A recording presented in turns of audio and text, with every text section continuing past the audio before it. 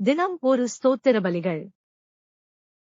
பொன் கன்றுக்குட்டியை வணங்கியதற்காக மக்களை தண்டித்தவரே ஸ்தோத்திரம்.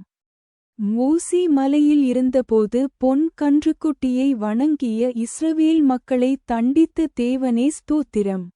அப்படியே மோசே கர்த்தரிடத்திற்கு திரும்பிப்போய், ஐயோ, இந்த ஜனங்கள் பொன்னினால் தங்களுக்கு தெய்வங்களை உண்டாக்கி மகா பெரிய பாவம் செய்திருக்கிறார்கள்.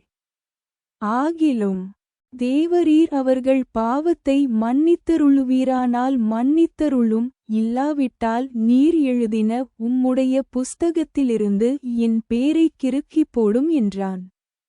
அப்பொழுது கர்த்தர் மோசேயை நோக்கி, எனக்கு விரோதமாய் பாவம் செய்தவன் எவனோ அவன் பேரை என் புஸ்தகத்திலிருந்து கிறுக்கிப் போடுவேன்.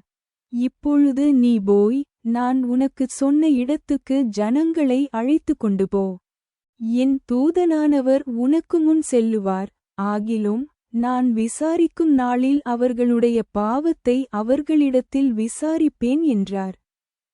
ஆரோன் செய்த கன்றுக்குட்டியை ஜனங்கள் செய்வித்ததின் நிமித்தம் கர்த்தர் அவர்களை உபாதித்தார். யாத்திராகமம் 32:31 முதல் 35 வரை.